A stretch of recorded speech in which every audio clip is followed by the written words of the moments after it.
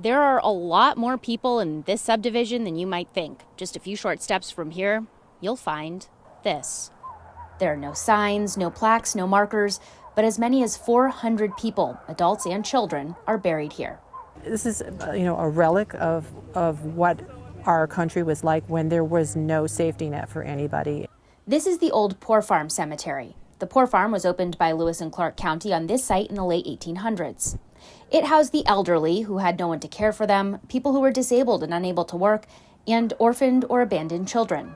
People worked, did various jobs around the Poor Farm, either, took care of livestock or grew vegetables. And when people died, they were buried here. This is a plot plan for the cemetery, but no one knows quite how accurate it is, which is why the Montana Department of Transportation brought ground-penetrating radar out on Wednesday. And that's what we're doing today, is just trying to confirm with a 3D grid where the extents start and stop and where the borders of this are. This $36,000 piece of equipment uses an electromagnetic signal and produces an image that indicates ground disturbances. MDT doesn't usually use it for things like this.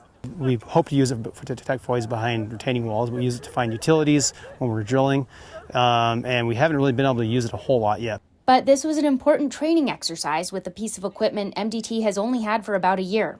In this field, in the middle of a subdivision, it found a pattern indicative of graves. The people who are buried here are people who had no family. They had no money. The county paid for them to have a pine box. And while we might never know exactly how many people are here or who they all were, we now have a better idea of where they were laid to rest. Attardo said she hopes a marker of some sort can be installed here to let people know what this plot of land is and who rests here. In Helena, Marion Davidson, MTN News.